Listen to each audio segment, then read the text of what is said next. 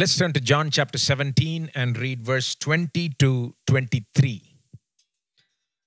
யோவான் 17வது அதிகாரத்துக்கு திருப்பிக் கொள்வோம். 20வது வசனம் முதல் 23வது வசனம் வரைக்கும். I do not pray for these alone, but also for those who will believe in me through their word, that they all may be one, as you, Father, are in me and I in you, that they also may be one in us, that the world may believe that you sent me. And the glory which you gave me, I have given them, that they may be one just as we are one. I in them and you in me, that they may be made perfect in one, and that the world may know that you have sent me and have loved them as you have loved me.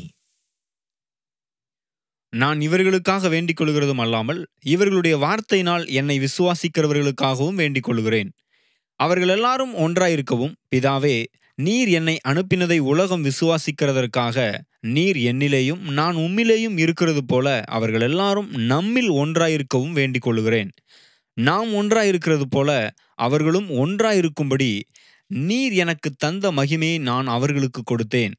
ஒருமைப்பாட்டில் அவர்கள் தேறினவர்களாயிருக்கும்படிக்கும் என்னை நீர் அனுப்பினதையும் நீர் என்னில் அன்பாயிருக்கிறது போல அவர்களிலும் அன்பாயிருக்கிறதையும் உலகம் அறியும்படிக்கும் நான் அவர்களிலும் நீர் என்னிலும் இருக்கும்படி வேண்டிக் கொள்கிறேன். Last week, we began a study of Christian unity from this passage that we've just read. கடந்த வாரம் நாம் இப்போ வாசித்த இந்த வேத பகுதியிலிருந்து கிறிஸ்தவ ஒற்றுமை குறித்து நாம் படிக்க ஆரம்பித்தோம். We merely scratched the surface concerning the kind of unity Jesus is praying for here. அதாவது இயேசு எந்த விதமான ஒற்றுமைக்காக ஜெபித்தாரோ அந்த ஒற்றுமை குறித்து அந்த பகுதியை குறித்து படிக்க ஆரம்பித்தோம். If you heard last week, you'll remember that we showed you how Jesus is not praying for an ordinary kind of unity among believers here. அதில் பார்த்தீங்கன்னா போன வாரம் என்ன பார்த்தோம், இயேசு விசுவாசிகள் மத்தியில் ஏதோ ஒரு சாதாரணமான ஒற்றுமை இருக்க வேண்டும் என்பதற்காக அவர் ஜெபிக்கவில்லை. Jesus is praying for the highest kind of unity possible in this passage. அதாவது இயேசு எப்படி ஜெபிக்கிறார், சாத்தியக்கூறான ஒரு உன்னதமான ஒற்றுமைக்காக ஜெபிக்கிறார்.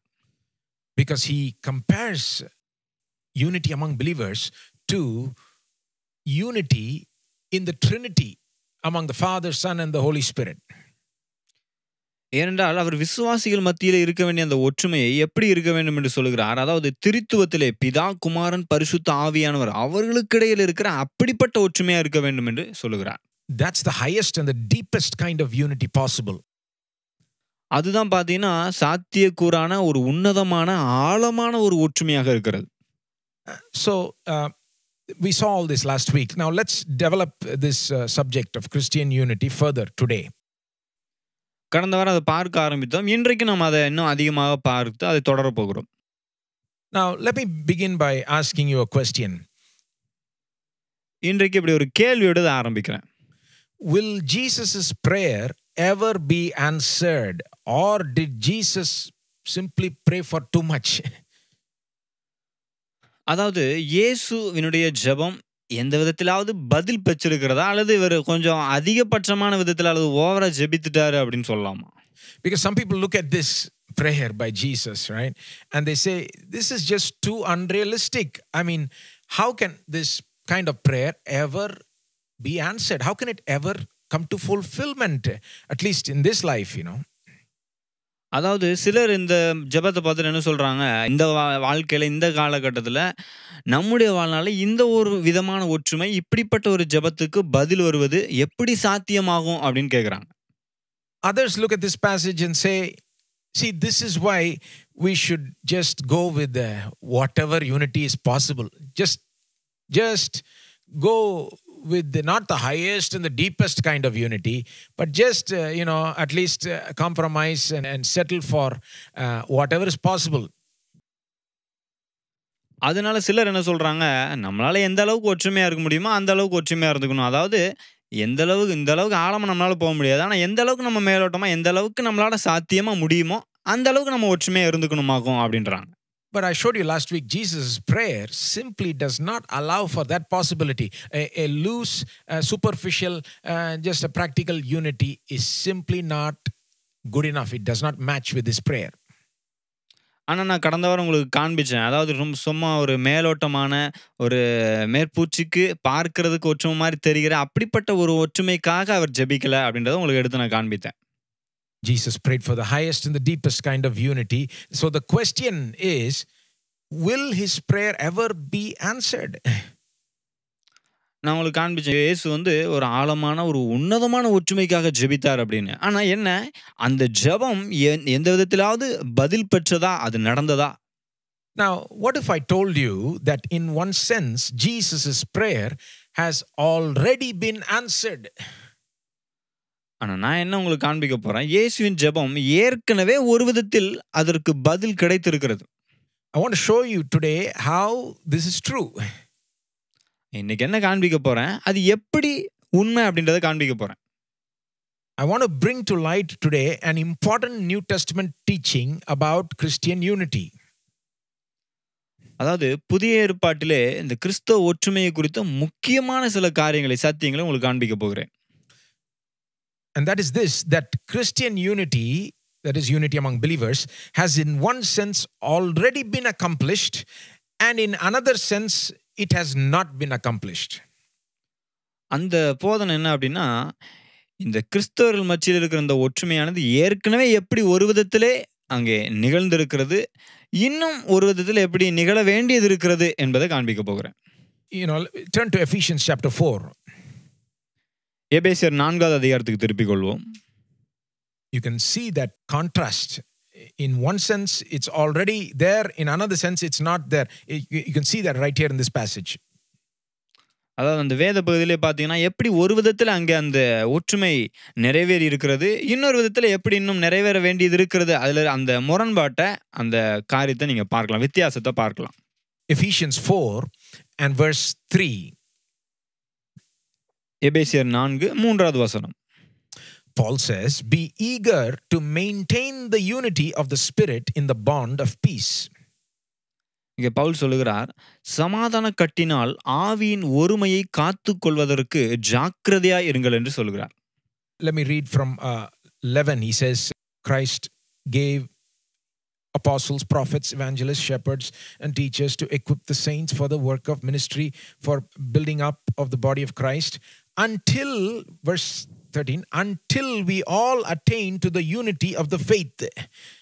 அதாவது இங்க 11வது வசனம், 12வது வசனம், 13வது வசனம். இங்க பார்த்தீங்கன்னா கடைசியில் சொல்லும்போது சொல்றாரு, அவர் சிலரை அப்போஸ்தலராகவும், சிலரை தீர்க்கதரிசிகளாகவும், சிலரை சுவிசேஷகராகவும், சிலரை மெய்ப்பராகவும், போதவராகவும் ஏற்படுத்தினார். எதற்கு ஏற்படுத்தினாராம்? பரிசுத்தவான்கள் சீர் பொருந்தும் பொருட்டு, சுவிசேஷ ஊழியத்தின் வேலைக்காக, கிறிஸ்துவின் சபையானது பக்தி விருத்தி அடைவதற்காக ஏற்படுத்துறார். ஆனால் முடிவாக பார்த்தீங்கன்னா என்ன சொல்றாரு, தேவனுடைய குமாரனை பற்றும் விசுவாசத்திலும் அறிவிலும் ஒருமைப்பட்டவர்களாகி அப்படின்றார். If you compare verse 3 with verse 13, there appears to be a contrast. In verse 3, we are told to maintain unity, but in verse 13, we are told to attain unity.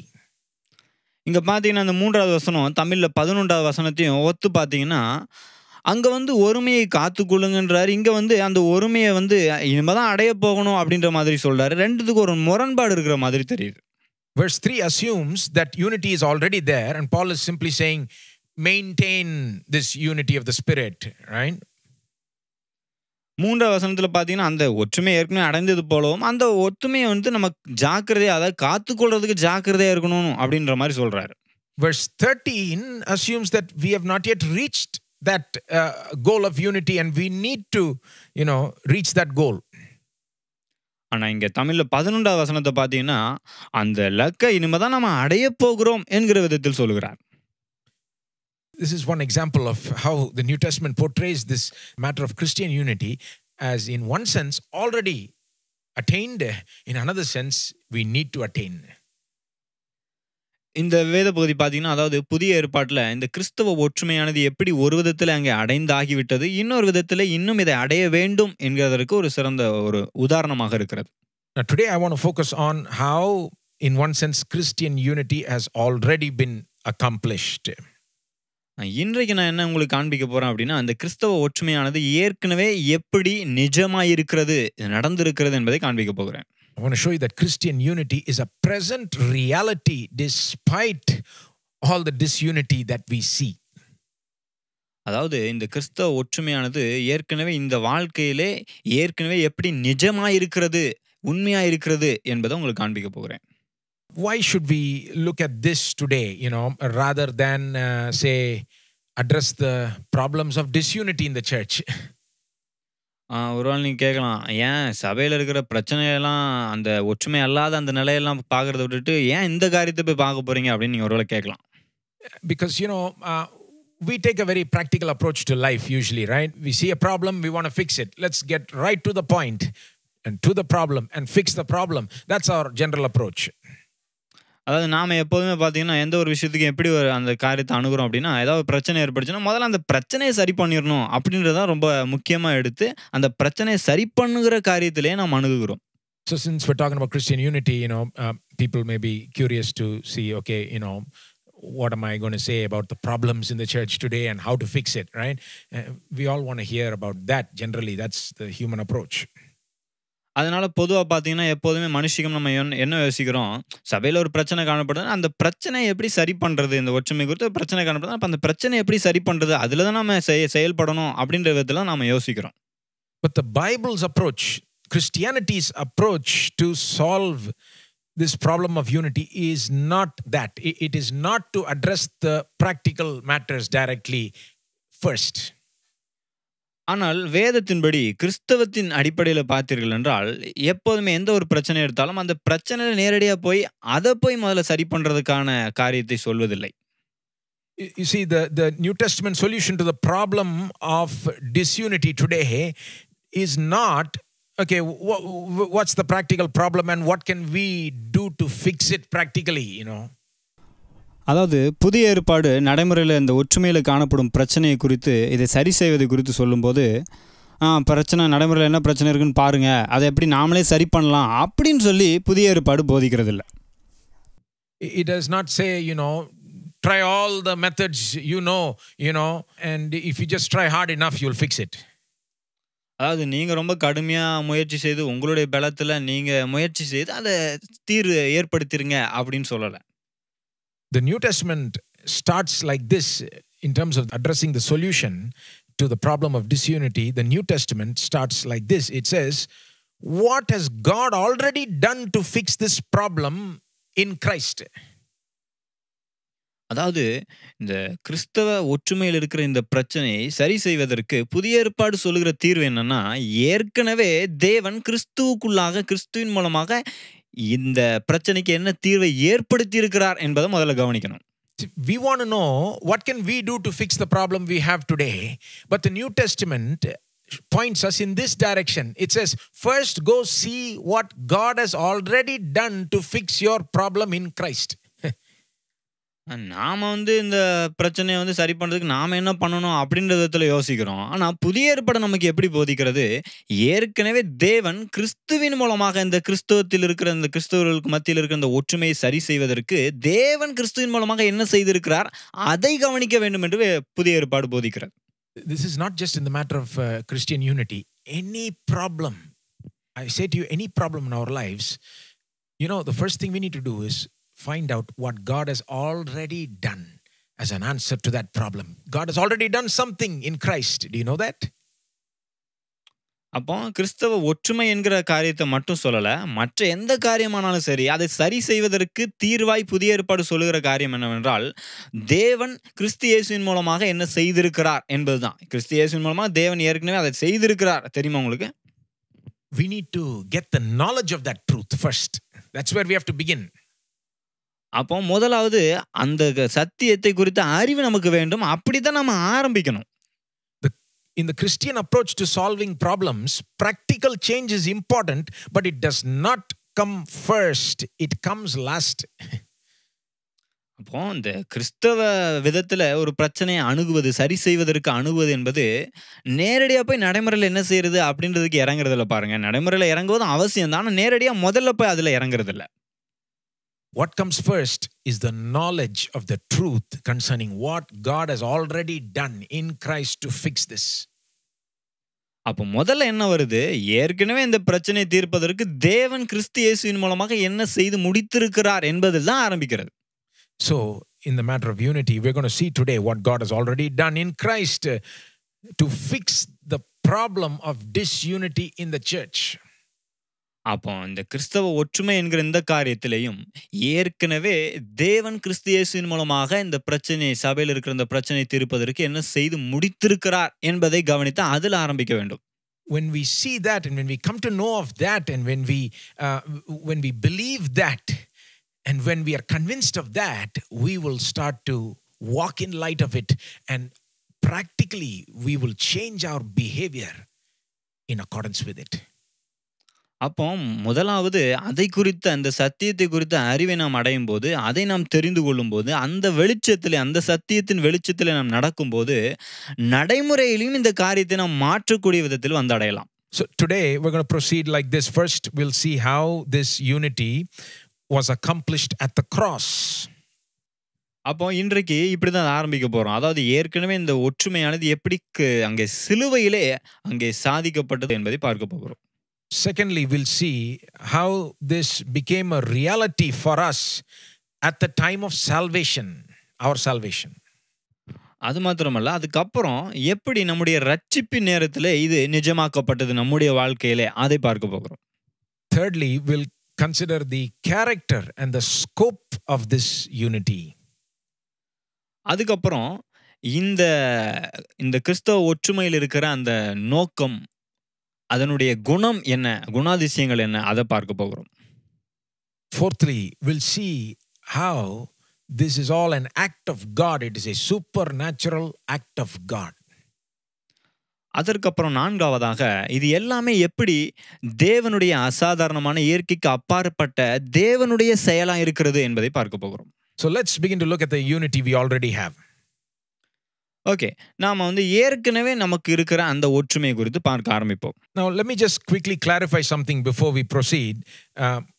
When I say we already have unity, who is the we in that sentence? இப்போ ஏற்கனவே நம்ம மத்தியில் அந்த ஒரு ஒற்றுமை இருக்கிறது அப்படின்னு நான் சொல்லும்போது, இந்த நாம் என்று சொல்றோம் இல்லையா, அல்லது நம்ம மத்தியில் அப்படின்னு சொல்றோம் இல்லையா, அந்த நமக்கு நாம்னா யாரு, என்ன அர்த்தம் அப்படின்றத பார்க்கலாம். By we, I mean the church or the people of God. அப்போ நம்ம மத்தியில் என்று சொல்லும்போது தேவனுடைய மக்கள், சபை என்று நான் சொல்லுகிறேன். Let me say it more specifically. We means true believers in Christ. நாம் என்று சொல்லும்போது இன்னும் குறிப்பிட்ட விதத்தில் சொல்றேன். அதாவது கிறிஸ்துவில் உண்மையாக விசுவாசம் வைத்திருக்கிற விசுவாசிகள். So I'm not saying we as in generally people we have already unity. No. I'm saying true believers in Christ already have unity. அப்போ நாம் என்று சொல்லும்போது பொதுவாக எல்லா மக்களையும் சேர்த்து நம்ம ஒன்றா இருக்கிற மக்கள் அப்படி நான் சொல்ல வரல. உண்மையாக கிறிஸ்துவின் மீது விசுவாசம் வைத்திருக்கிற விசுவாசிகளை குறித்து சொல்லுகிறேன். Okay. So firstly, let's look at how this unity was accomplished at the cross. சரி, முதலாவது இந்த ஒற்றுமையானது எப்படி அங்கே சிலுவையிலே சாதிக்கப்பட்டது என்பதை நாம் பார்க்க போகிறோம். I want to show you that this unity was part of Christ's redemptive work on the cross. அதாவது முதலாவது பார்த்தீங்கன்னா இது இந்த ஒற்றுமையானது கிறிஸ்துவினுடைய அந்த மீட்பின் கிரியையிலே ஒன்றாக இருக்கிறது. The redemptive work of Christ on the cross not only restores the relationship between God and man, it also restores the relationship between man and man, right? Other men. அதாவது அங்கே கிறிஸ்து சிலுவையின் மூலமாய் அங்கே செயல்படுத்திய அந்த மீட்பின் கிரியையில பார்த்தீர்கள் என்றால், தேவனுக்கும் மனிதனுக்கும் இடையே இருக்கிற அந்த உறவை மீட்டது மாத்திரமல்ல, மற்ற மனிதர்களுக்கிடையே இருக்கிற அந்த உறவையும் அவர் மீட்டெடுத்திருக்கிறார். This is a clear teaching of the New Testament. இதுதான் புதிய ஏற்பாட்டினுடைய தெளிவான போதனையா இருக்கிறது. Go to Ephesians chapter 2. எபேசியர் 2வது அதிகாரத்துக்கு செல்வோம். And let me read from verse 13 onwards. 13வது வசனத்திலிருந்து நான் வாசிக்கிறேன். We'll go all the way till verse 16. 16வது வசனம் வரைக்கும் வாசிப்போம். As I read, I want you to notice how it's talking about Christ's redemptive work on the cross here. இதை வாசிக்கும்போது அங்கே கிறிஸ்துவினுடைய சிலுவையின் அங்கே மீட்பின் கிரியை நீங்க இங்க கவனிக்கணும். And notice how that makes a difference in human relations. அந்த மீட்பின் கிரியையானது மனிதர்களுக்கு இடையேயான அந்த உறவிலே எப்படி ஒரு மாற்றத்தை உண்டு பண்ணியிருக்கிறது என்பதையும் கவனிக்க வேண்டும். Let's read from 13. 13வது வசனத்திலிருந்து வாசிக்கலாம். But now in Christ Jesus, you who once were far off have been brought near by the blood of Christ. Verse 14, for he himself is our peace, who has made us both one and has broken down in his flesh the dividing wall of hostility by abolishing the law of commandments expressed in ordinances, that he might create in himself one new man in place of the two, so making peace, and might reconcile us both to God in one body through the cross, thereby killing the hostility. 13வது வசனத்திலிருந்து, முன்னே தூரமாயிருந்த நீங்கள் இப்பொழுது கிறிஸ்து இயேசுவுக்குள் கிறிஸ்துவின் இரத்தத்தினாலே சமீபமானீர்கள். 14வது வசனம், எப்படியெனில் அவரே நம்முடைய சமாதான காரணராகி இரு திறத்தாரையும் ஒன்றாக்கி பகையாக நின்ற பிரிவினையாகிய நடுச்சுவரை தகர்த்து சட்ட திட்டங்களாகிய நியாயப்பிரமாணத்தை தம்முடைய மாம்சத்தினாலே ஒழித்து இரு திறத்தாரையும் தமக்குள்ளாக ஒரே புதிய மனுஷனாக சிருஷ்டித்து இப்படி சமாதானம் பண்ணி பகையை சிலுவையினால் கொன்று அதனாலே இரு திறத்தாரையும் ஒரே சரீரமாக தேவனுக்கு ஒப்புரவாக்கினார். It's clear that Paul is talking about the redemptive work of Christ on the cross. He's talking about, he mentions the word cross, blood, the flesh, that is the crucified flesh of Christ. இங்க பார்த்தீங்கன்னா கிறிஸ்துவினுடைய அங்கே சிலுவையின் அவர் செய்த அந்த மீட்பின் பணியை குறித்து சொல்லுகிறார். அவருடைய இரத்தம், அவருடைய மாம்சம் எப்படி பிற்கப்பட்டது, இதையெல்லாம் குறித்து அங்கே சொல்லுகிறார். But the thing is, he's relating what Jesus did on the cross, his death, his bloodshed, and all that, with what? He's relating it to how human beings are not only reconciled to God, but they're also reconciled to each other. There is peace between human beings as a result of what Jesus did on the cross. அதாவது இங்கே கல்வாரி சிலுவையிலே கிறிஸ்து தம்முடைய இரத்தத்தை சிந்த நிமித்தமாக அவர் மரித்தது நிமித்தமாக அவர் அங்கே செய்த கிரியின் நிமித்தமாக தேவனுக்கும் மனிதனுக்கும் ஒப்புரவு ஏற்பட்டது மாத்திரமல்ல, மனிதர்களுக்குள்ளாக இருக்கிற அந்த உறவிலும் ஒரு ஒப்புரவு ஏற்பட்டது என்பதை குறித்து இங்கே சொல்கிறார். The result of Jesus' work on the cross is not only that man is reconciled to God, man has found peace with God, not only that result, but also that man is reconciled to man, and peace is possible between men now. அதாவது இங்க என்ன சொல்கிறார் பவுல், சிலுவையிலே கிறிஸ்து செய்து முடித்த அந்த கிரியின் நிமித்தமாக தேவனுக்கும் மனிதனுக்கும் இடையிலே ஒரு ஒப்புரவு சமாதானம் ஏற்பட்டது மாத்திரமல்ல, மனிதனுக்கும் மனிதர்கள் இடையிலேயும் ஒப்புரவும் சமாதானமும் ஏற்பட்டிருக்கிறது என்பதை குறித்து சொல்கிறார். In verse 16, if you look at that, Paul says that he might reconcile us both. He's talking about two different groups of human beings, right? Jew and Gentile here. That he might reconcile us both to God in one body through the cross. இங்க பார்த்தீர்கள் என்றால் 16வது வசனத்துல எப்படி பண்றார் பாருங்க. பகையை சிலுவையினால் கொன்று அதனாலே இரு திறத்தாரையும், அதாவது மனுஷர்கள் மத்தியிலே இரு கூட்டத்தாரை என்ன பண்றாரு, சிலுவையினாலே ஒரே சரீரமாக தேவனுக்கு ஒப்புரவாக்கினாராம். Think about our condition before and after the cross. கிறிஸ்துவினுடைய அந்த சிலுவைக்கு முன்பாகவும் அதற்கு பின்பாகவும் நம்முடைய வாழ்க்கை எப்படி இருக்கிறது என்பதை, அந்த நிலை, நம்முடைய வாழ்க்கை நிலை எப்படி இருக்கிறது என்பதை கொஞ்சம் சிந்தித்து பாருங்கள்.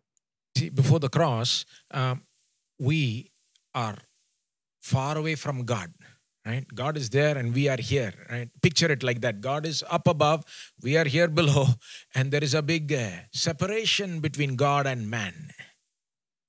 சிலுவைக்கு முன்பாக பார்த்தீங்கன்னா அங்கே தேவனுக்கும் மனிதனுக்கும் ஒரு பெரிய இடைவெளி இருந்தது. தேவன் எங்கேயோ இருந்தார், மனிதன் எங்கேயோ இருந்தான். அப்படிப்பட்ட நாம் எங்கேயோ இருந்தோம். ஸோ இப்படிப்பட்ட ஒரு பிரிவினையை அங்கே பார்க்கிறோம். There is a vertical gulf, you may say, between God and man, right? அதாவது தேவனுக்கும் மனிதனுக்கும் இடையில இந்த மேலாக அவர் மேல இருக்கிறார், நாம கீழே இருக்கிறோம், அவருக்கும் நமக்கும் இடையிலே ஒரு பிரிவினை காணப்பட்டது. But there is also another gulf, a horizontal separation between man and other men. Groups of people, they're all separated, they're all divided, and they're all disunited. So it's like a triangle, we're separated here horizontally among human beings, and we're separated from God. அங்கே நம்ம தேவனோடு அங்கே பிரிந்திருந்தோம்னு மாத்திரம் இல்ல. இங்க மனிதர்கள் மத்தியில இங்கே நமக்குள்ளாகவும் மனிதர்களுக்குள்ளாகவும் ஒரு பிரிவினை காணப்பட்டது. அதாவது எப்படின்னா இது வந்து ஒரு முக்கோணம் மாரி பாருங்க. அங்க தேவனுக்கும் மனிதனுக்கும் அது மாத்திரமல்ல இங்க மனிதர்களுக்கும் இடையிலும் ஒரு பிரிவினை காணப்பட்டது. And the cross, what does the cross do? After the cross, you see, not only can we now be reconciled to God, this vertical gulf has been closed. We can go to God, we can have access to God. But watch this. Paul says in verse 16, he reconciles both of us, that is Jew and Gentile, all the different human being groups. He reconciles both through the cross to God. ஆனா அந்த சிலுவைக்கு அப்புறம் இங்க கவனிச்சீங்கன்னா, அதாவது தேவனுக்கும் மனிதனுக்கும் அது மாத்திரமல்ல இங்க மனிதருக்கும் இந்த இரு திறத்தாரையும் ஒரே சரீரமாக அங்க தேவனுக்கு ஒப்புரவாக்கினாராம். அந்த ஒரு முக்கோணமாக அங்க இணைந்து அங்க ஒப்புரவாக்கப்பட்டதை பார்க்கிறோம். So see, what does the cross do? அப்ப சிலுவை அங்க என்ன செய்திருக்கிறது? It reconciles this group of human beings to God, but at the same time it reconciles this other group of human beings also to God. And as they are reconciled to God, lo and behold, they are reconciled to each other in God. அதாவது சிலுவை என்ன பண்ணிருக்கு அப்படின்னா, ஒரு கூட்ட மக்களை தேவனோடு ஒப்புரவாக்கி இருக்கிறது. இன்னொரு கூட்ட மக்கள் இருந்தார்கள், அவர்களையும் தேவனோடு ஒப்புரவாக்கியது. இப்படி தேவனோடு இரு கூட்டத்தாரையும் ஒப்புரவாக்கினது நிமித்தமாக இந்த இரு கூட்டத்தாரையும் அங்கே ஒப்புரவாக்கி இருக்கிறது. Paul goes into some detail about this here in this passage. We don't have time to look at all the details. Pavul இங்க அதை குறித்து சொல்லுகிற காரியத்தை ரொம்ப விளக்கமா நம்ம இங்க பார்க்க போறதில்லை. But notice verse 14, he says that Christ has broken down in his flesh the dividing wall of hostility. அதாவது அங்கே 14ஆம் வசனத்துல கவனிங்க. அவர் எப்படி பண்ணாராம்? அவரே நம்முடைய சமாதானக்காரனராகி இரு திறத்தாரையும் ஒன்றாக்கி பகையாக நின்ற பிரிவினையாகிய நடுச்சுவரை தகர்த்தாராம். In his flesh means in his body, in his crucified flesh, he broke down what hostility, not just the hostility we had against God, but he broke down that hostility we had against each other. Here specifically, actually, he's talking about the hostility between Jew and Gentile.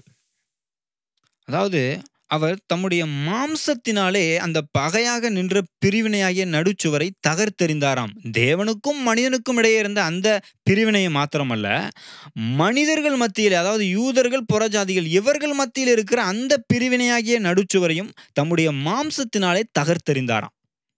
Paul looks at Jews and Gentiles in the church whose hostility extends back hundreds of years. Jews and Gentiles have been hating each other for hundreds of years. And Paul is looking at both of them and he's saying the hostility is broken down. அதாவது பவுல் இங்கே சபையில அங்க மக்களை பார்க்கிறார். புறஜாதிகளும் யூதர்களும் அங்கே ஒன்றா இருக்கிறார்கள். இந்த புறஜாதிகளுக்கும் யூதர்களுக்கும் மத்தியில் இருக்கிற இந்த விரோதமானது நூற்றுக்கணக்கான ஆண்டுகளாக இருந்திருக்குது பாருங்க. ஆனால் இங்கே கிறிஸ்துவின் மூலமாக அந்த விரோதமானது பகையானது உடை தெரியப்பட்டிருக்கிறது. இங்கே இருவரும் ஒன்றா இருக்கிறார்கள். Imagine how they would have felt, these Jews and Gentiles that Paul is writing to, right? Jews and Gentiles hated each other. By the time Paul is doing his ministry, it was a terrible situation, right? And some of that creeped into the church, I'm sure, and Paul looks at them and says, listen, guys, do you know what happened at the cross? Jesus broke down that wall of hostility that has been there between us, Jews and Gentiles. He broke it down. That's all. Pavul எழுதின காலத்துல அந்த சபையில அந்த மக்கள், அந்த புறஜாதிகள் யூதர்கள் அவங்க எப்படி எண்ணிருப்பாங்க பாருங்க. அவங்க அப்படிப்பட்ட அந்த எண்ணுகிற அந்த நிலையில் இருக்கிற அந்த மக்களை பார்த்து எழுதுகிறார். என்ன சொல்றாரு? இந்த யூதர்கள் புறஜாதிகள் என்று இருந்த அந்த பிரிவினையாகிய நடுச்சுவரை எப்படி சிலுவையில் தேவன் தகர்த்தெறிந்தார் தெரியுமா என்பதை குறித்து அவர்களுக்கு எழுதுகிறார். It doesn't matter what you think about the other person, what the other person thinks about you. Paul is saying to both groups, listen here, look at the cross. I want to show you something that happened at the cross. What happened there, one of the things that happened there is this wall between us, this division between us has been broken down. This is part of the work of redemption on the cross. அதாவது அங்க இருக்கிற மக்கள் பார்த்தீங்கன்னா, அவர் குறித்து நம்ம என்னன்றோம், நம்ம குறித்து அவருங்க என்னன்றாங்க. இப்படின்ற விதத்தில நீங்க பேசுறீங்க. ஆனால் அங்கே தேவன் கிறிஸ்துவின் மூலமாக அங்கே சிலுவையில் செய்த அந்த மீட்பின் கிரியை மூலமாக, அந்த பிரிவினையா இருந்த அந்த நடுச்சுவரை எல்லாம் எப்படி தகர்த்தெறிந்து விட்டார் என்று தெரியுமா? என்கிற விதத்தில இங்கே எழுதுகிறார். And he says in verse 14, Christ has made us both one. Made these two groups, who fought against each other, who hated each other. Christ has made them one through the cross. இங்க 14வது வசனத்துல எப்படி சொல்றாரு பாருங்க. இரு திறத்தாரையும் ஒன்றாக்கி, அதாவது இங்க விரோதத்தில் இருந்தார்கள், பகையில் இருந்தார்கள். இந்த இரு திறத்தாரையும் கிறிஸ்து அங்கே சமாதானக்காரனராகி இரு திறத்தாரையும் ஒன்றாக்கி இருக்கிறாராம். I can just hear someone objecting to Paul and say, but Paul, look at the situation on the ground. Look at it practically. We are still hating each other sometimes. We still don't like each other. Paul says, put that aside 1 minute and listen to the gospel. The gospel says that the hostility between you both is gone. It's broken down by Jesus' work on the cross. ஒருவேளை பவுல் இப்படி எழுதுறத பார்த்துட்டு சிலர் கேட்டிருக்கலாம், என்ன நீங்க சொல்றீங்க? நடைமுறையில் பார்த்தா பார்க்கறதுக்கு பாருங்க எங்க ஒத்துமையா இருக்கிறாங்க, பிரிவினையா தானே இருக்கிறாங்க. என்ன நீங்க சொல்றீங்க? நடைமுறையில் அந்த மாதிரி இல்லையா? அப்படின்ற மாதிரி பவுல் இடத்துல கேட்குறாங்க. ஆனா இவர் என்ன சொல்றாரு?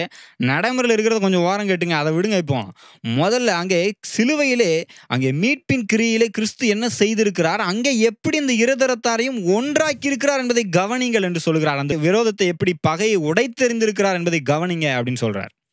Not only Christian unity, you will notice that the Bible teaches about other things also in a similar way. கிறிஸ்தவ ஒற்றுமை குறித்து மாத்திரமல்ல, மற்ற காரியங்களை குறித்தும் புதிய ஏற்பாடு இப்படித்தான் போதிக்கிறது. For example, the Bible says that through Jesus' work on the cross, we have been made righteous. You know that truth? இன்னொரு காரியம் பாருங்க. உதாரணத்துக்கு இயேசு சிலுவையில் செய்து முடித்த அந்த கிரியின் நிமித்தமாக நாம் நீதிமான்களாய் ஆக்கப்பட்டிருக்கிறோம். But people always object to that and say, how can you say we've been made righteous when we are still, doing unrighteous things and living unrighteously sometimes? ஆனா மக்கள் எப்போதுமே பார்த்தீங்கன்னா இதற்கு ஒரு ஆட்சேபனை தெரிவிப்பாங்க. என்ன சொல்லுவாங்க? நாம இன்னும் அப்படியே தான் தப்பு பண்ணிட்டே தான் இருக்கிறோம். எப்படி நீங்க நீதிமான்கள் அப்படின்னு சொல்றீங்க அப்படின்னு அதற்கு ஒரு ஆட்சேபனை தெரிவிப்பாங்க. But the New Testament teaches again and again that we've been made righteous by God. We've been made righteous. God sees us as righteous. God counts us as righteous. ஆனா புதிய ஏற்பாடுல பார்த்தீங்கன்னா திரும்ப நமக்கு அதை இந்த காரியத்தை திரும்ப வலியுறுத்தி போதிக்கிறது பாருங்க. என்ன? உங்களை அவர் நீதிமான்கள் ஆக்கி இருக்கிறார், அவர் தம்முடைய பார்வையில் உங்களை நீதிமான்கள் என்று தான் எண்ணுகிறார் என்று திரும்ப வேதம் போதிக்கிறது. In fact, the New Testament says only if you believe the truth that you are already righteous, you can start to live more righteously, do more righteousness. இன்னும் கேட்டீங்கன்னா புதிய ஏற்பாடு என்ன போதிக்கிறது? நீங்கள் ஏற்கனவே நீதிமான்களாக்கப்பட்டிருக்கிறீர்கள் என்ற அந்த சத்தியத்தை நீங்க விசுவாசிப்பீர்களானால் நீங்கள் இன்னும் அதிக நீதிமானாய் நடந்து கொள்ளலாம், கிரியிலும் நீங்கள் நீதிமானாய் நடந்து கொள்ளலாம் என்று தான் போதிக்கிறது. And our righteousness comes from the exchange that took place on the cross, right? On the cross, our sin went on Jesus and his righteousness covers us, and that's what makes us righteous before God. நாம் நீதிமானாக்கப்பட்டோம் இல்லையா? இந்த காரியம் அங்கே சிலுவையில் தான் நடந்தது. நம்முடைய பாவம் அங்கே இயேசுவின் மீது வைக்கப்பட்டது, அவருடைய நீதி நமக்கு பரிமாற்றம் செய்யப்பட்டது. Similarly, even in the matter of Christian unity, people will say, but look at the practical situation. There is so much disunity and division. But the New Testament says, first look at the cross and see how the cross has solved the problem of disunity, the problem of division. The cross has broken down all barriers between peoples. அதே மாதிரி இங்கே கிறிஸ்தவ ஒற்றுமை என்று வரும்போதும் மக்கள் அப்படியே தான் சொல்கிறாங்க பாருங்கள். என்ன சொல்கிறாங்க? பார்க்குறதுக்கு எங்கெங்க ஒரே ஒற்றுமை இல்லாதனால தான் காணப்படுது, எங்கே பார்த்தாலும் சண்டை போட்டுட்ருக்குறாங்க, பிரிவினையாக தானே இருக்குது அப்படின்ற மாதிரி சொல்கிறாங்க. ஆனால் என்ன சொல்கிறேன், சிலுவையில் அவர் என்ன செய்திருக்கிறார், எப்படி அந்த பகையாக நின்ற பிரிவினையாகிய நடுச்சுவரை தகர்த்தெறிந்திருக்கிறார், எப்படி ஒன்றாக்கி இருக்கிறார் என்று அங்கே அவர் செய்து முடித்த அந்த காரியத்தை கவனிங்கன்னு சொல்கிறேன். Only if we start to pay attention to this and take this seriously, there will be a big improvement in the practical unity on the ground. அவர் செய்து முடித்த அந்த கிரியில நாம் கவனத்தை செலுத்த அங்க ஆரம்பித்தால்தான் நடைமுறையில நாம ஒற்றுமையா இருக்கிறதுல ஒரு பெரிய மாற்றம் உண்டாகும்.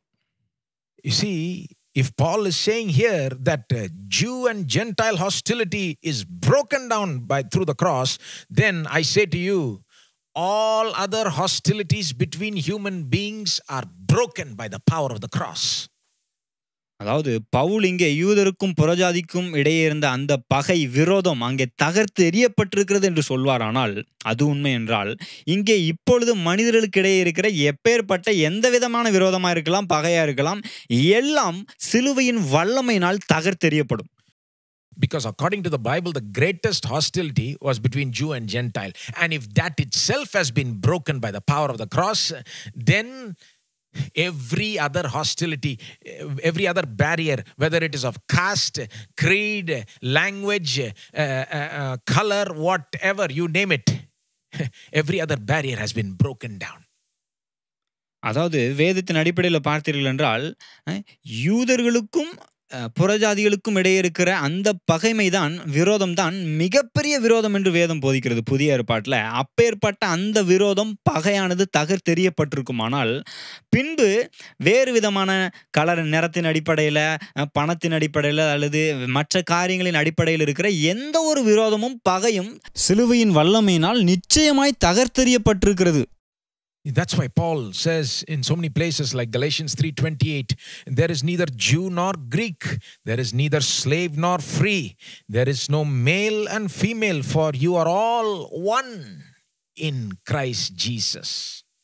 அதனால தான் பார்த்தீங்கன்னா பவுல் பல்வேறு இடங்களில் இப்படியாக சொல்கிறார். உதாரணத்துக்கு கலாத்தியர் 3:28 இப்படியாக சொல்கிறார், யூதன் என்றும் கிரேக்கன் என்றும் இல்லை, அடிமை என்றும் சுயாதீனன் என்றும் இல்லை, ஆண் என்றும் பெண் என்றும் இல்லை, நீங்கள் எல்லாரும் கிறிஸ்து இயேசுவுக்குள் ஒன்றாய் இருக்கிறீர்கள் என்று சொல்கிறார். Maybe you're wondering, how did Jesus' death, remove hostility between humans? ஒருவேளை நீங்க கேட்கலாம், அது எப்படிங்க அங்கே சிலுவையில் இயேசு மரிச்சது எப்படி மனிதர்களுக்கு இடையே இருக்கிற இந்த பகைமையை விரோதத்தை எப்படி தகர்த்தெறியும் நீங்க கேட்கலாம். I've already answered it in one way. When we are reconciled to God, when all of us are reconciled to God, simultaneously we are reconciled to each other, right?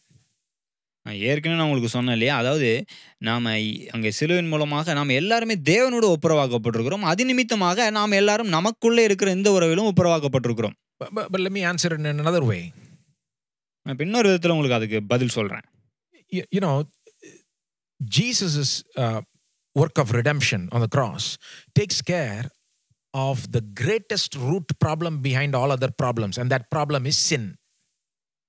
அதாவது இயேசு சிலுவையிலே முடித்த அந்த மீட்பின் கிரியையானது மற்ற எல்லா பிரச்சனைக்கும் அங்கே வேறாயிருக்கிற பாவ பிரச்சனையை சரி செய்தது.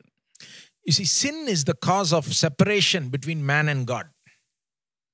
இந்த பாவம் தான் பார்த்தீங்கன்னா மனிதனுக்கும் தேவனுக்கும் இடையே இருக்கிற அந்த பிரிவினைக்கு வேறாய் காரணமாக இருந்தது. Sin is also the cause of separation between man and other men. அது மாத்திரமல்ல, மற்ற மனிதர்களுக்கிடையே இருக்கிற அந்த பிரிவினைக்கும் காரணமும் பாவம் தான். Why is there division and hostility between human beings? Because of sin. ஏன் மனிதர்களுக்கிடையே இந்த விரோதம், பகை, பிரிவினை இதெல்லாம் காணப்படுகிறது? பாவத்தின் நிமித்தம் தான் இதெல்லாம் வந்தது. On the cross, Jesus takes the sin of the world and bears it upon himself, and he bears the punishment for it, and he's killed for it, he's crucified for it. And in the process, what happens? The root problem behind the hostility between human beings is also taken care of. It is killed along with his body on the cross. It is killed. That's what the passage says in verse 16. He kills the hostility, it says, through the cross. அதாவது அங்கே சிலுவையில் என்ன செய்யப்பட்டது? சிலுவையிலே முழு உலகத்தின் ஒட்டுமொத்த பாவம் அவர் மீது வைக்கப்பட்டு அதற்கான தண்டனை அவர் மீது சுமத்தப்பட்டு அங்கே அது நிமித்தமாக ஏற்பட்ட எல்லா பகைமைகள், விரோதங்கள் எல்லாமே தகர்த்தெறியப்பட்டதாம். அதான் இங்க சொல்றாரு 16வது வசனத்துல, பகையை சிலுவையினால் கொன்று என்று சொல்லுகிறார். You believe that? Do you believe the Bible? It says the hostility is killed by the cross, by the power, by the work on the cross by Jesus. வேதத்தை நம்புறீங்களா? வேதம் என்ன சொல்லுது? பகையை அங்கே சிலுவையிலே இயேசு செய்து முடித்த அந்த கிரியையினால் அங்கே கொல்லப்பட்டது என்று சொல்லுகிறது வேதம். See, without the cross, there can be no unity. Let me tell you, my friend, despite the best of human efforts, there can be no true unity. நான் சொல்லுகிறேன் உங்களுக்கு நண்பர்களே, சிலுவை இல்லாமல் உண்மையான அந்த ஒற்றுமை என்பது சாத்தியமே கிடையாது. மனிதர்கள் மத்தியில் வேற என்ன முயற்சி செஞ்சாலும் சிலுவை இல்லாமல் ஒற்றுமை என்பது ஏற்படாது. But because of the cross, let me say to you, Christian unity is now a part of Christ's finished work. Finished work. நான் உங்களுக்கு சொல்லுகிறேன், சிலுவையினாலே கிறிஸ்தவர்களுக்கிடையே இருக்கிற அந்த ஒற்றுமையானது கிறிஸ்துவின் செய்து முடிக்கப்பட்ட ஒரு கிரியா இருக்கிறது. கிறிஸ்து செய்து முடித்த ஒரு கிரியா இருக்கிறது. Jesus died not just for the forgiveness of my sins, but also so that I can have unity with all believers. கிறிஸ்துவின் மரணத்தின் மூலமாக இது என்னுடைய பாவம் மன்னிக்கப்பட்டது என்பது மாத்திரமல்ல, அதோடு கூட மற்ற விசுவாசிகளோடு மற்ற மக்களோடு அங்கே ஒப்புரவாகுவதற்கு ஒன்றாயிருப்பதற்கான ஏதுவான சாத்தியமும் உண்டாயிருக்கிறது. Secondly, this unity that was accomplished and made possible by the cross became a reality for us believers at the moment of our salvation. அப்போ ரெண்டாவது காரியம் என்ன, சிலுவையிலே அங்கே சிலுவையின் வல்லமையினால் சாத்தியமாக்கப்பட்ட இந்த ஒற்றுமையானது விசுவாசிகளாகிய நம்முடைய வாழ்க்கையிலே நாம் ரட்சிக்கப்பட்ட அந்த சனப்பொழுதிலே நிஜமாக்கப்பட்டது. What was made possible by the cross becomes a reality when we got saved. அங்கே சாத்தியமாக்கப்பட்ட அந்த ஒற்றுமையானது எப்போ நம்முடைய வாழ்க்கையில நிஜமானது, நம்ம ரட்சிக்கப்பட்ட அந்த சனப்பொழுதிலே நிஜமானது. Now let me explain this. நான் இதை கொஞ்சம் விளக்கி சொல்றேன். You see, what happens at salvation? ரட்சிப்பின் பொழுதிலே என்ன நடந்தது? Many things happen. Sometimes believers themselves don't know, and they've never been taught about what all happens at the moment of salvation. ரட்சிக்கப்பட்ட பொழுது அநேக காரியங்கள் நடந்திருக்குது பாருங்க. விசுவாசிகளுக்கு இதை பத்தி அவ்வளவு தெரியல பாருங்க. ஆனால் ரட்சிக்கப்பட்ட பொழுது அவ்வளவு காரியங்கள் நமக்குள்ளாக நடந்திருக்கிறது. One of the important glorious things that happens at the moment we are saved is this: the believer is united with Christ in one body. அதாவது அந்த ரட்சிப்பின் பொழுதிலே நடந்த மகிமையான ஒரு காரியம் என்னவென்றால், விசுவாசிகள் கிறிஸ்துவோடு கூட ஒரே சரீரமாக இணைக்கப்பட்டிருக்கிறார்கள். Do you know about this? That when you were saved, right? The moment you got born again, the moment you put your faith in Christ as Lord and Savior, that moment of salvation, one of the things that happened is you were united with Christ, joined to Christ in one body. இந்த விஷயம் உங்களுக்கு தெரியுமா? அதாவது நீங்கள் இயேசுவை விசுவாசித்த பொழுது, இயேசுவின் மீது உங்கள் விசுவாசத்தை வைத்த பொழுது, நீங்கள் அங்கே கிறிஸ்துவோடு கூட அவருடைய சரீரத்தில் ஒன்றாக இணைக்கப்பட்டிருக்கிறீர்கள். Let me explain that. அதை கொஞ்சம் விளக்கி சொல்றேன். You see, a believer is not just forgiven and cleansed and made righteous and given some blessings. No, he's also joined to Christ. There is a union that happens between the believer and Christ at the time of salvation. அதாவது விசுவாசிகள் ரட்சிக்கப்பட்ட பொழுது ஏதோ அவர்கள் பாவம் மன்னிக்கப்பட்டது, அவர்கள் கழுவப்பட்டார்கள், நீதிமான்களாக்கப்பட்டார்கள். அது மாத்திரமல்ல பாருங்க, அதையும் தாண்டி அங்கே அவர்கள் கிறிஸ்துவோடு கூட அங்கே ஒரே சரீரமாக இணைக்கப்பட்டிருக்கிறார்கள். This happens the moment we got saved, whether we realized it or not. இந்த காரியம் நமக்கு தெரியுமோ தெரியாத, நம்ம உணர்ந்தோமோ இல்லையோ, அங்கே நாம் ரட்சிக்கப்பட்ட அந்த சனப்பொழுதிலே இது நடந்தது. But the thing to note for our subject today is the moment we were united together with Christ, in that same moment, automatically we got united together with other believers. நாம இன்றைக்கு பார்த்து கொண்டிருக்கிறோம், விசுவாசிகள் மத்தியில் இந்த ஒற்றுமைன்னு பார்த்துட்டு இருக்கோம் இல்லைங்களா? நாம் ரட்சிக்கப்பட்ட அந்த சனப்பொழுதிலே, அவரோடு இணைக்கப்பட்ட அந்த சனப்பொழுதிலே விசுவாசிகளாகிய நாமும் அங்கே ஒன்றாக இணைக்கப்பட்டிருக்கிறோம். Listen carefully. See, the individual believer's union with Christ automatically and simultaneously brings with it another union, a union with other believers. அதாவது இதை நல்லா கவனிக்கணும் பாருங்க.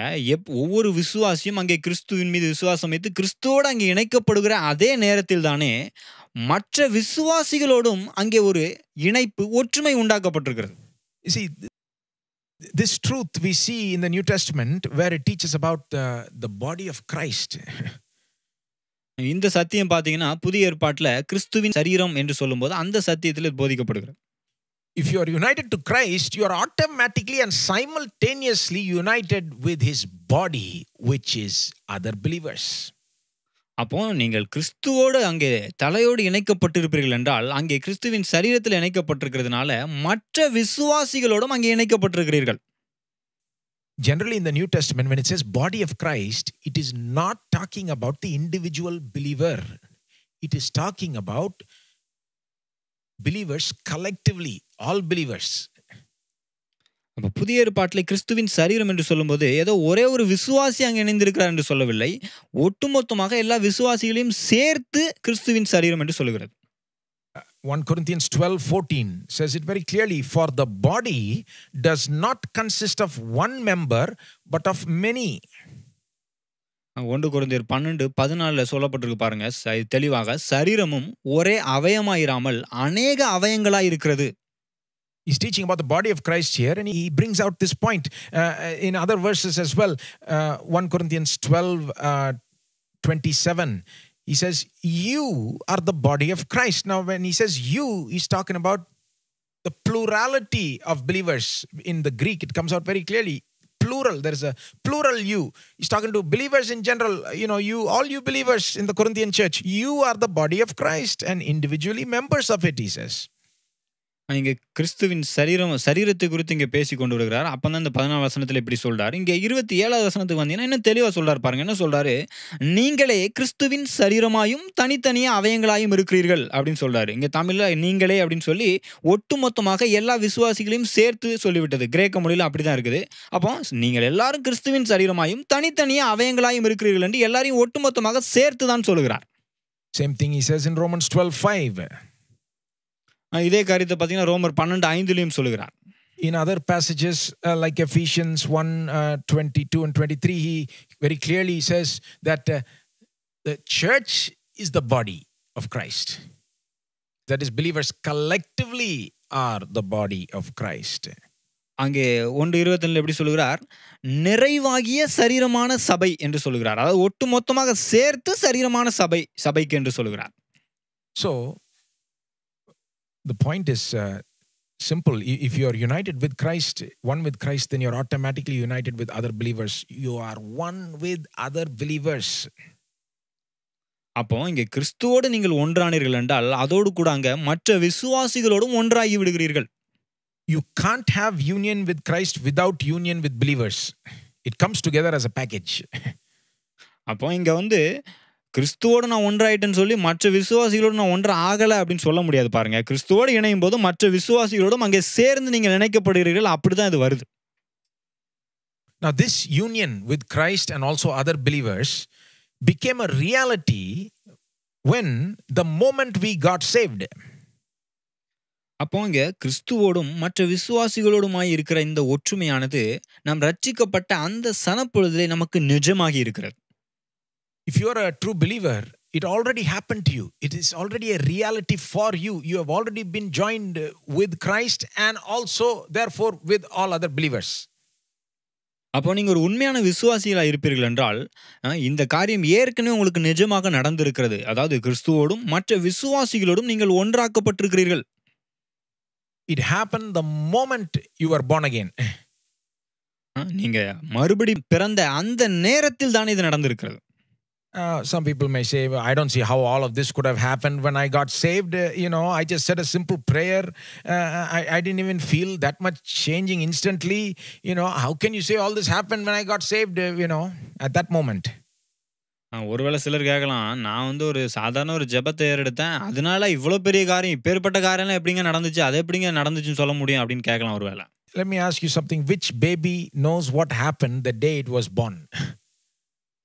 நான் உங்கள்கிட்ட ஒரு கேள்வி கேட்குறேன். அதாவது எந்த நாளில் நீங்கள் பிறந்தீங்க, அந்த நாளில் என்ன நடந்தது ஏதாவது உங்களுக்கு தெரியுமா? We don't know what happened when we were born, right?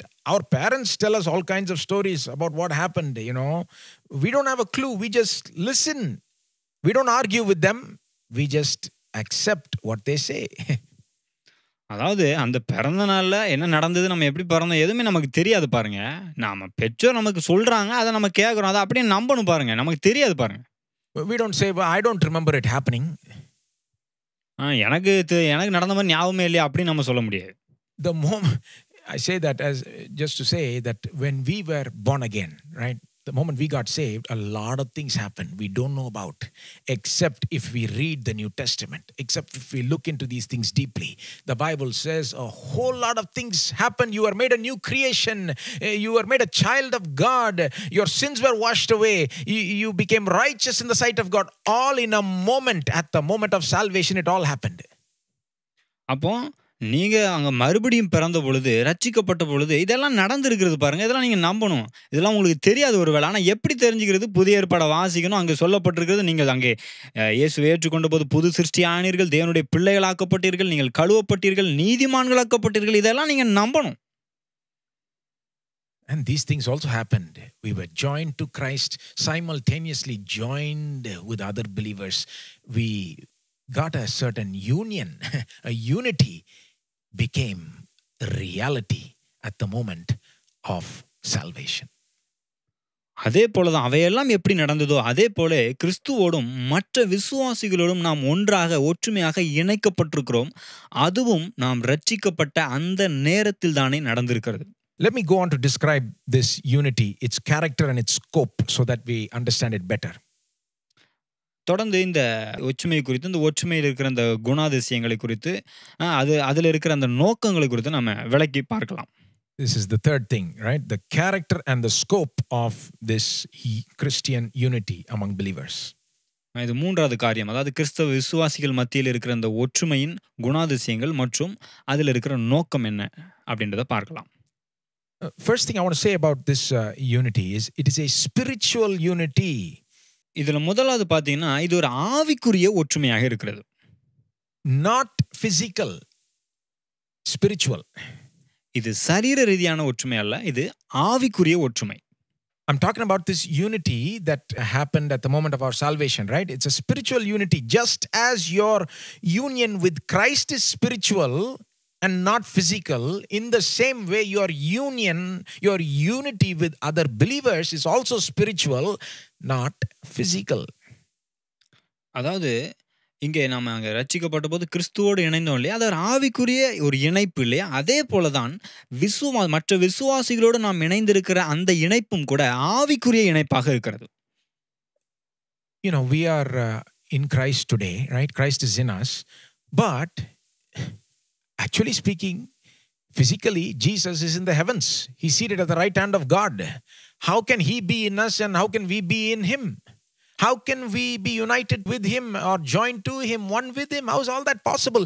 It's not possible physically, but it is possible spiritually. Spiritually, we are one with him. அப்போ இன்னைக்கு நாம கிறிஸ்துவுக்குள்ள இருக்கிறோம், கிறிஸ்து நமக்குள்ளாக இருக்கிறார் என்றெல்லாம் போதிக்கிறது, அதை நாம் நம்புகிறோம். அப்போ ஆனால் உண்மையிலே பார்த்தீங்கன்னா, கிறிஸ்து பார்த்தீங்கன்னா இங்கே சரீர பிரகாரமாக இப்போ இங்கே இல்லை, அவர் அங்கே உன்னதத்தில் வீற்றிருக்கிறார். ஆனால் அவர் நமக்குள்ளாக இருக்கிறோம், நாம் அவருக்குள்ளாக இருக்கிறோம் என்று சொல்லுகிறோம். அப்போ அப்படி சொல்லும்போது அவர் சரீர பிரகாரமாக நமக்குள்ள இல்லை, ஆனால் ஆவிக்குரிய ரீதியாக அப்படி சொல்லுகிறோம். ஆவிக்குரிய பிரகாரமாக அவர் நமக்குள்ளாக இருக்கிறார், நாம் அவருக்குள்ளாக இருக்கிறோம் என்று சொல்லுகிறோம். 1 Corinthians 6:17 talks about the union between Christ and the believer. It says, he who is joined to the Lord becomes one spirit with him. One spirit with him.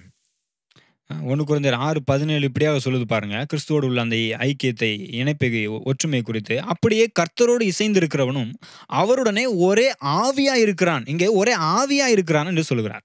In the previous verse, if you see, Paul is talking about a physical union between a man and a woman. You know, the two will become one flesh, he says in verse 16. And then in verse 17, he says, but he who's joined to the Lord is not one flesh, but one spirit. That is a physical union between humans, man and woman. But here is a spiritual union between the believer and Christ. இதுக்கு முந்தின வசனத்தில் பார்த்தீங்கன்னா, ஆணுக்கும் பெண்ணுக்கும் இடையே இருக்கிற அந்த ஒரு இணைப்பை, ஒற்றுமை, அந்த உறவை குறித்து சொல்லுகிறார். அவர்கள் எப்படி சரீர ரீதியாக ஒன்றாக இணைந்திருக்கிறார்கள், அதாவது ஒரே மாம்சமாக இருப்பார்கள் என்று சொல்லிவிட்டு, அதுக்கப்புறம் இங்கே 17வது வசனத்தில் கிறிஸ்துவுக்கும் நமக்கும் இருக்கிற அந்த உறவை குறித்து சொல்கிறார். அங்கே சொல்லும்போது என்ன சொல்றாரு, அவருடனே ஒரே ஆவியா இருக்கிறான் என்று சொல்லி, நாம் ஆவிக்குரிய ரீதியில் இணைக்கப்பட்டிருக்கிறோம் என்று சொல்லுகிறார். Similarly, I say to you, just as our union with Christ is spiritual, our union with other believers is first spiritual. அப்போ கிறிஸ்துவோடு இருக்கிற அந்த இணைப்பானது ஆவிக்குரிய ரீதியாக இருக்கிறது போல, மற்ற விசுவாசிகளோடு நமக்கு இருக்கிற அந்த இணைப்பு, ஒற்றுமையானதும் ஆவிக்குரிய ரீதியாக இருக்கிறது என்பதை நாம் புரிந்து கொள்ள வேண்டும். Another thing about this unity is that this unity that we already have is a unseen, invisible unity. அதாவது இந்த ஒற்றுமையை குறித்து தான் அடுத்த குணாதிசயம் என்ன அப்படின்னா, இந்த ஒற்றுமையானது காணக்கூடாத, பார்க்க முடியாத ஒரு ஒற்றுமையாக இருக்கிறது. If it's spiritual, then it's not physical. That means you can't see it. It's invisible to these eyes. அதாவது இது ஆவிக்குரிய ரீதியாக இருக்கிறது. இது சரீர பிரகாரமான ஒரு ஒற்றுமை அல்ல. அதனால தான் சொல்றேன், இது பார்க்க முடியாது. இந்த சரீர பிரகாரமான கண்ணால இந்த ஒற்றுமையை பார்க்க முடியாது. But it's there. Even though you can't see it, it's there. It's not seen with these eyes. It's invisible, but it's there. நீங்க பார்க்கலனாலும், இந்த சரீர கண்களால் அதை காணலனாலும் அந்த ஒற்றுமை அங்க தான் இருக்குது.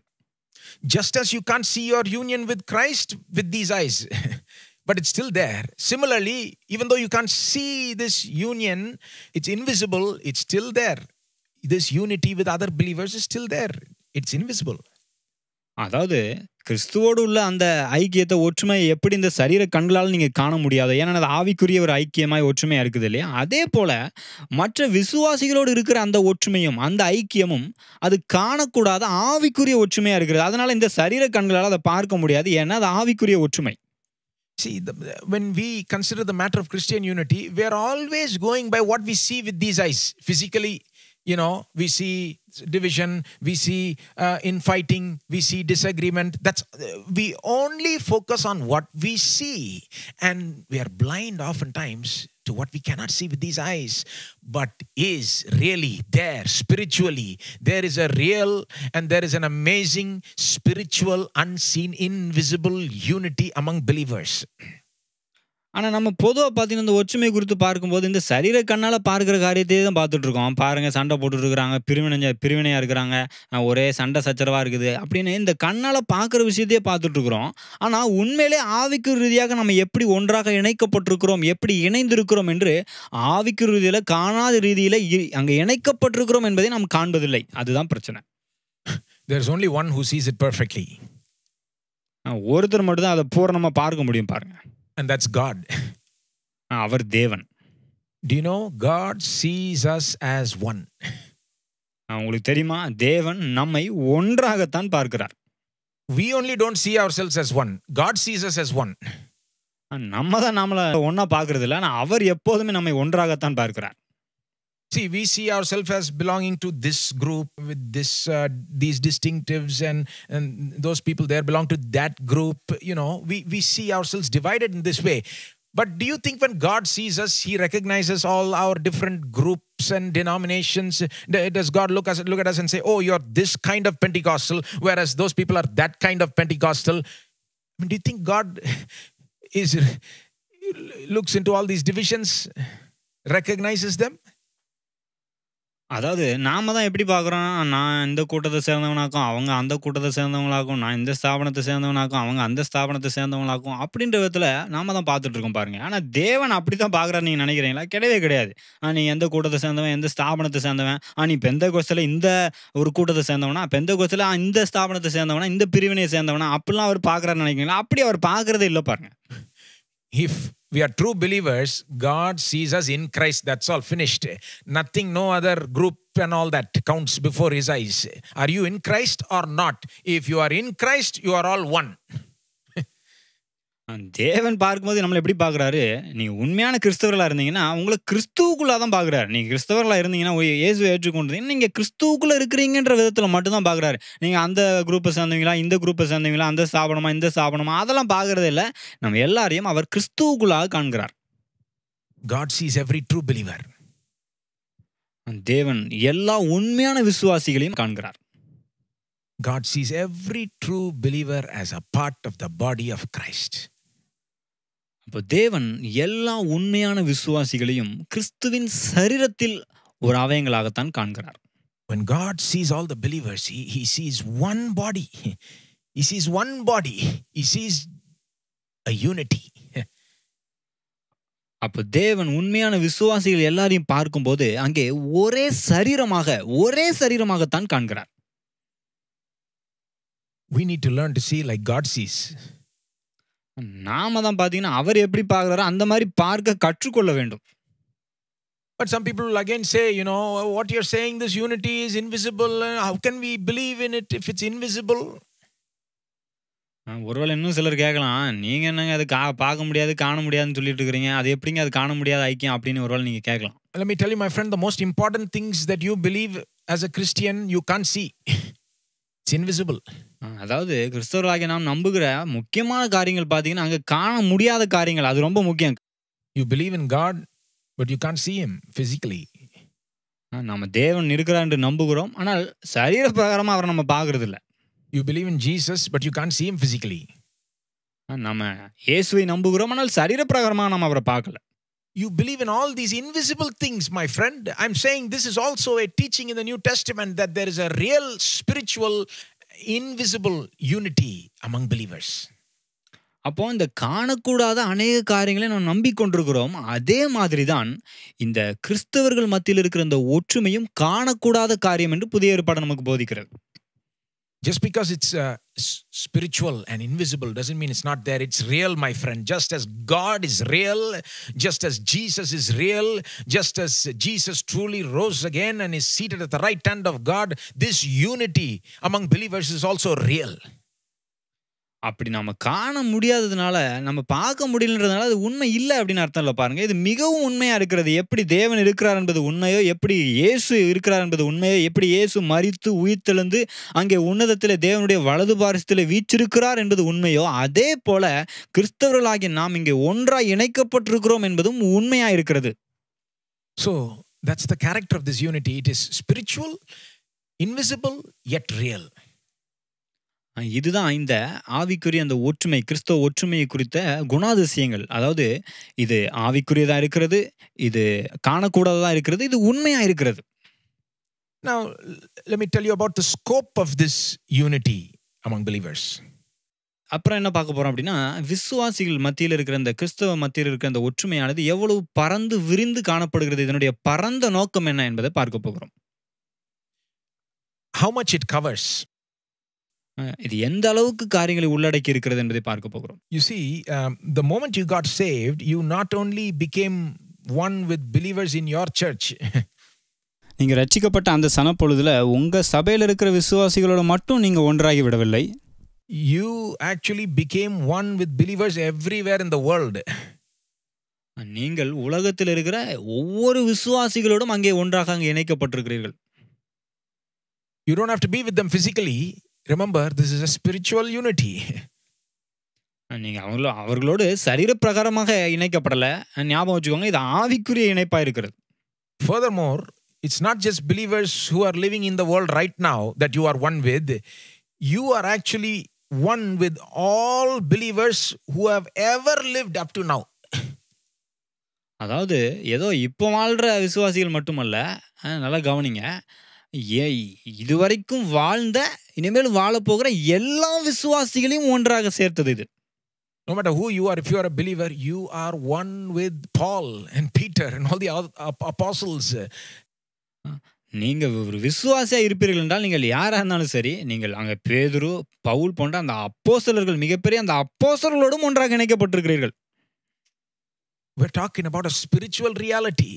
Yeah, they're dead and gone, but spiritually we are one with them in Christ. We are one in one body. அதாவது ஆவிக்குரிய ரீதியில் நிஜமா இருக்கிற காரியத்தை குறித்து பேசிக் கொண்டிருக்கிறேன். அவங்களாம் மரித்து போயிட்டாங்க உண்மைதான். ஆனால் நாம் ஆவிக்குரிய ரீதியிலே கிறிஸ்துவோடு கூட ஒன்றாக இருக்கிறோம். Furthermore, this is a growing body. This is an ever expanding body. More and more are being added into this body. And you are one with them also. அது மாத்திரமல்ல, தொடர்ந்து பார்த்தீங்கன்னா இந்த சரீரமானது வளர்ந்து கொண்டே இருக்கிற ஒரு சரீரம். இது இன்னும் அநேகர் இந்த சரீரத்திலே அவயங்களாக சேர்க்கப்பட்டு கொண்டே இருக்கிறார்கள். We are all one because we are one with Christ. We are one with all other believers. அப்போ நம்ம எல்லாருமே ஒன்றாக இருக்கிறோம். நாம் எல்லாரும் கிறிஸ்துவுக்குள் ஒன்றாக இருக்கிறோம். அதோடு கூட மற்ற விசுவாசிகளோடும் நாம் ஒன்றாக இணைக்கப்பட்டிருக்கிறோம். You may say, oh, this is all too much. How can all this happen? ஒருவேளை நீங்க கேட்கலாம், என்ன இதெல்லாம் ரொம்ப ஓவரா இருக்குதா, இதெல்லாம் எப்படிங்க நடக்கும் அப்படின்னு கேட்கலாம். I'll tell you, it can happen only by a miracle. It is a supernatural work of God. Otherwise, it cannot happen. நான் உங்களுக்கு சொல்றேன், இது ஒரு அற்புதமான காரியம். பாருங்க, இது இயற்கைக்கு அப்பாற்பட்ட விதத்தில் தேவன் கிரியை செய்கிற ஒரு அற்புதமான காரியமா இருக்கிறது. This leads me to my fourth point. Who made all this happen? This is an act of God. This is a supernatural act of God. இந்த காரியம் தான் என்னுடைய அந்த 4வது பாயிண்ட்டுக்கு நேரா கொண்டு செல்லுது பாருங்க. அதாவது இது எல்லாமே பார்த்தீங்கன்னா, தேவனுடைய கிரியையா இருக்கிறது. இயற்கைக்கு அப்பாற்பட்ட விதத்திலே அவர் நடப்பிக்கிற கிரியை இது. We couldn't have done it. We didn't do anything for it. God did it. இதை நாம எதுவும் செய்ய முடியாது பாருங்க. நம்மளால இதை குறித்து எதுவும் செய்ய முடியாது. தேவன் இதை செய்திருக்கிறார். See, the maximum we can do is meet together, eat together, pray together, praise together. We think that's great. And that is great. But I'm talking about something greater, my friend, that God has already done.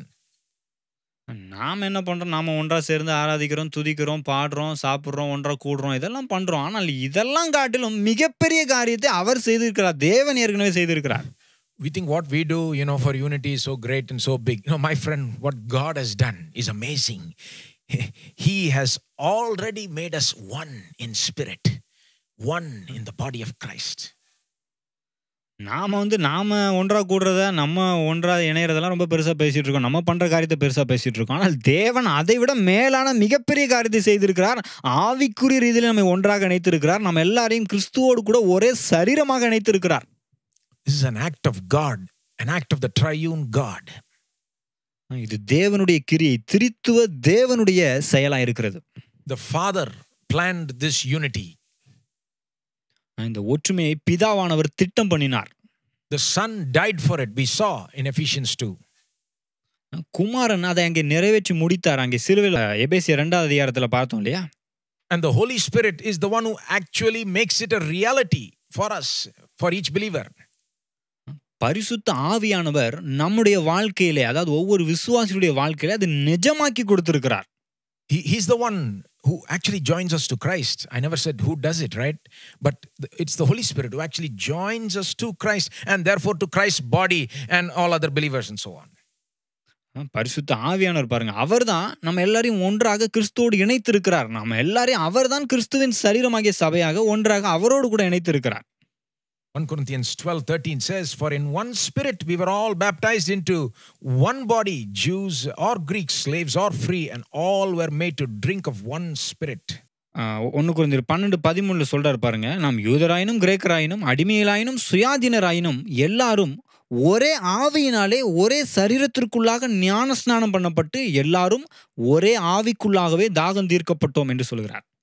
Remember Ephesians 4:3, we read in the beginning of the sermon where it said, maintain the unity of the Spirit, Paul says there. ஆரம்பத்தில் எபேசியர் 4:3 வாசிச்சோம் இல்லையா? சமாதான கட்டினால் ஆவியின் ஒருமையை காத்துக்கொள்வதற்கு ஜாக்கிரதையா இருங்கள் என்று அங்கே ஆவியின் ஒருமையை குறித்து அங்கே சொல்கிறார். This unity that we already have is a work of the Holy Spirit. அப்ப இந்த ஒற்றுமையானது ஏற்கனவே பரிசுத்த ஆவியினுடைய கிரியையினாலே நமக்கு உண்டாயிருக்கிறது. We didn't do nothing for this. We just said yes to Jesus. We just made him our Savior and Lord. What we didn't know is we also said yes to this unity. And this unity became a reality by a supernatural, miraculous act of God. அப்போ இந்த ஒற்றுமைக்காக நாம எதுவுமே செய்யல பாருங்க. நாம வெறும் இயேசுவை ஏற்றுக்கொண்டோம், அவ்வளவுதான். ஆனால் அங்கே தேவன் ஆவியானவராக கிரியை செய்து அதை ஏற்படுத்தி இருக்கிறார். அப்போ இது இயற்கைக்கு அப்பாற்பட்ட விதத்திலே தேவனால் நிறைவேற்றப்பட்ட ஒரு செயலாக இருக்கிறது. It is established by an act of God. இது தேவனுடைய செயலால் அங்கே நிறைவேற்றப்பட்டது. This is important because it is an act of God. I'll tell you, this unity cannot be broken. It cannot be broken. இது ரொம்ப முக்கியமான காரியம் பாருங்க. இது தேவனுடைய செயலால் ஏற்படுத்தப்பட்ட ஒற்றுமையா இருக்கிறதுனால இது ஒருபோதும் முறிக்கப்பட முடியாத, உடைக்கப்பட முடியாத ஒற்றுமையாக இருக்கிறது. Christians did not create this unity that I'm talking about today, my friend. We're talking about this spiritual, unseen, invisible, real unity created by God among believers. God did it, not Christians. நான் கிறிஸ்தவர்கள் பேசிட்டு இருக்காங்களா அந்த மாதிரி ஒற்றுமை குறித்து சொல்ல பாருங்க. இங்கே தேவனுடைய செயலால் தேவன் அங்கே உண்மையான விதத்திலே, நிஜமான விதத்திலே அவர் ஏற்படுத்தி இருக்கிற அந்த ஆவிக்குரிய ஒற்றுமையை குறித்து சொல்கிறேன். அவர் ஏற்படுத்தி இருக்கிறார், யாருமே இதை பிரிக்க முடியாது. God did it in his power and wisdom and nobody can undo it, not even Christians. தேவன் தம்முடைய வல்லமையினாலே, தம்முடைய ஞானத்தினாலே இதை நிறைவேற்றிருக்கிறார். வேற யாருமே அதை இல்லாம ஆக்க முடியாது, அதை மாற்ற முடியாது. Christians can make it look like it's not there by the way they act and behave with one another. அதாவது கிறிஸ்தவர்கள் அவங்க நடந்துக்கிற விதத்தை வச்சு பார்க்கறதுக்கு வந்து இந்த ஒற்றுமை இல்லாத மாரி அவங்க ஆக்கலாம். அந்த மாரி நடந்துக்கலாம். But remember that practical unity is different from what we are talking about today. Just because there is an absence of practical unity or there is a lack in practical unity does not mean that there is no spiritual unity, this unity that we are talking about today. அதாவது நடைமுறையில இன்றைக்கு இந்த ஒற்றுமை காணப்படல அப்படின்றதுக்காக, இன்றைக்கு நாம இந்த ஒற்றுமை குறித்து பேசணும் இல்லைங்களா? நடைமுறையில இல்லாததுனால இன்னைக்கு நம்ம பேசுன இந்த ஒற்றுமை இல்ல அப்படின்னு ஆயிராது. You see, take again, for example, our union with Christ. You see, we are every day in Christ, every moment in Christ. He is every moment in us. And yet, you know, our experience practically varies.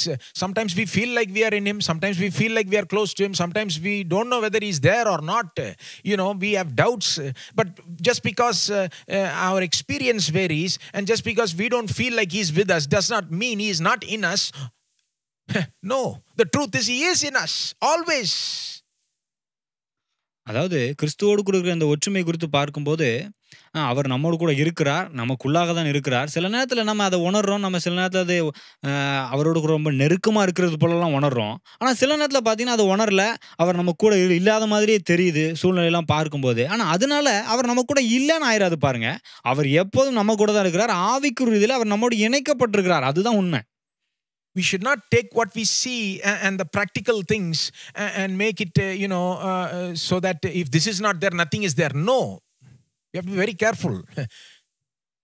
அப்போ நடைமுறையில பார்க்குற காரியத்தை வச்சுட்டு, இதெல்லாம் இல்லவே இல்லங்க அப்படின்னு சொல்லிறக்கூடாது பாருங்க. அப்படி சொல்றதுல ரொம்ப கவனமா இருக்கணும். அந்த மாரி இல்ல, நம்ம பார்க்குறதுல காரியங்கள பார்க்கிறதுனால இல்லாத மாரி தெரியறதுனால இல்லன்னு சொல்லிற முடியாது. I think this is relevant, especially to the times we are living in now.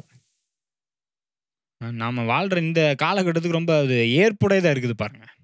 You see, during this time we are not able to physically meet in church and worship together physically, right? We're not able to have that physical unity.